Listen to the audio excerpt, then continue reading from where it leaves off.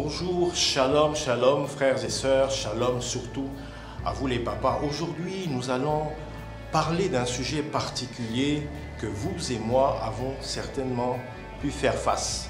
Nous allons parler en fait de recevoir la victoire par la parole de notre bouche. Mais comment est-ce que nous devons recevoir cette victoire? Il faut recevoir la victoire en fondant notre conviction sur la parole de Dieu. Et je voudrais qu'on prenne ce verset afin que cela nous permette de pouvoir déployer la victoire contre l'infidélité, contre toutes sortes de convoitises et contre la femme étrangère. Prenez avec moi Esther 8:8.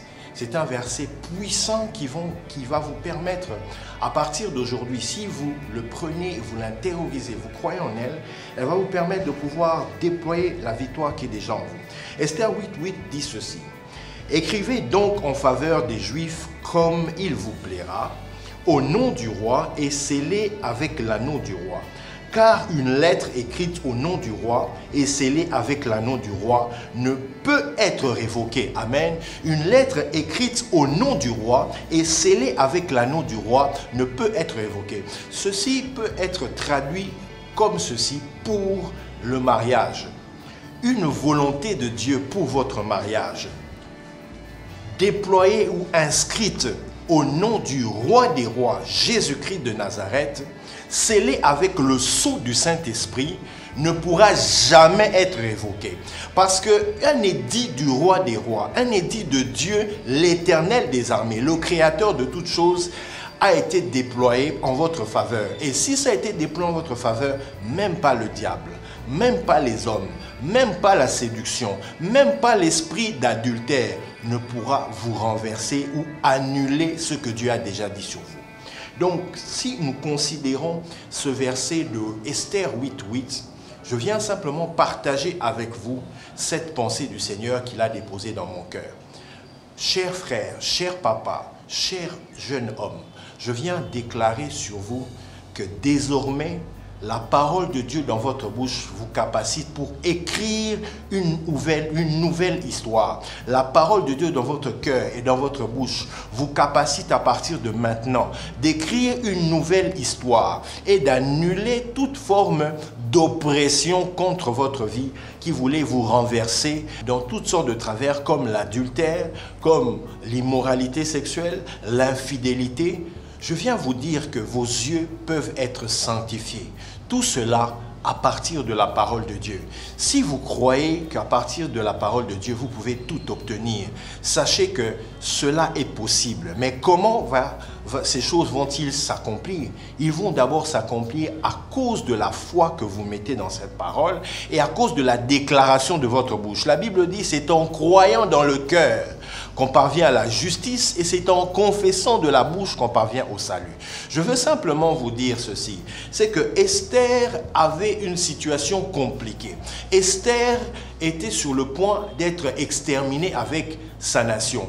Mais pour que cela ne puisse pas arriver, elle est allée voir le roi. Mais pour que les travers devant lesquels vous faites face ne puissent pas vous renverser, il faut aller voir le roi des rois. Il n'y a que le roi des rois qui puisse donner un ordre supérieur qui va s'imposer à votre chair, à tous vos ennemis, même sur vous-même.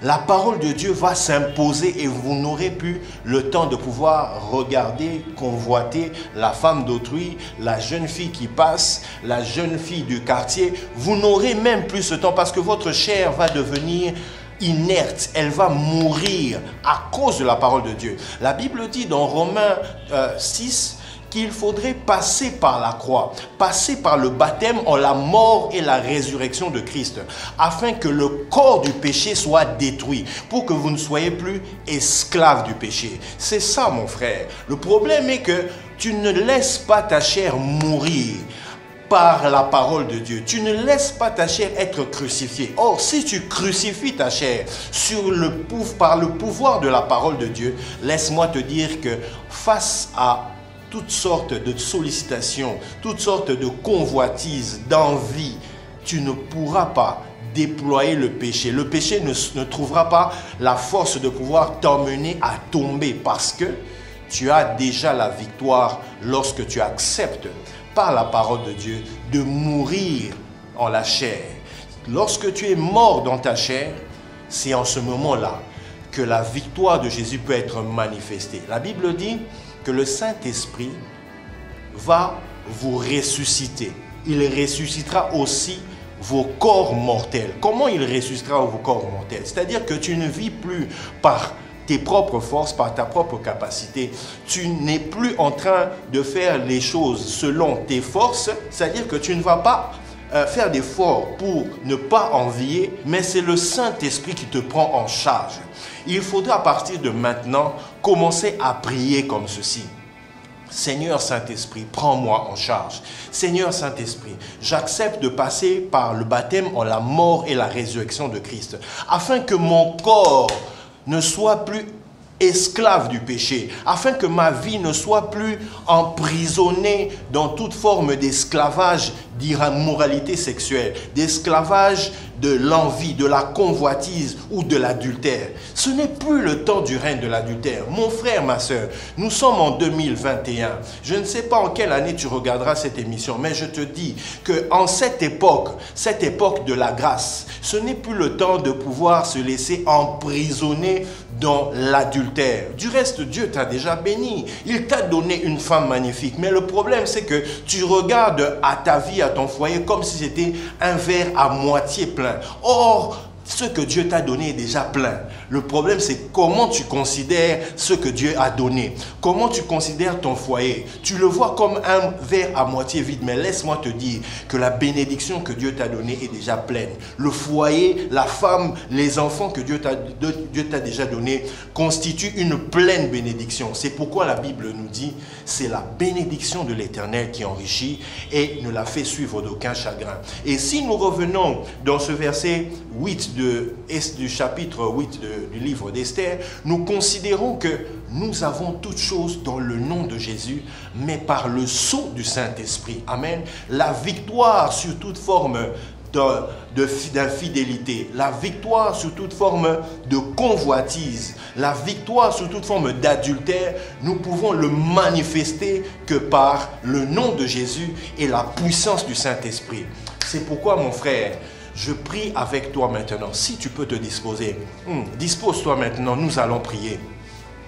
Père éternel, en ce moment, moi et mon frère qui me regarde, moi et ce papa qui me regarde, qui a cet espoir en toi, qui ne sait pas comment sortir de l'immoralité sexuelle, qui ne sait pas comment se libérer de l'adultère, tellement ce péché chéri l'a emprisonné, il y prend plaisir, mais des fois il veut en sortir tellement c'est de la saleté. Père, je viens t'invoquer maintenant, oins-nous maintenant, capacite-nous afin de pouvoir sortir de cela, et oins notre bouche.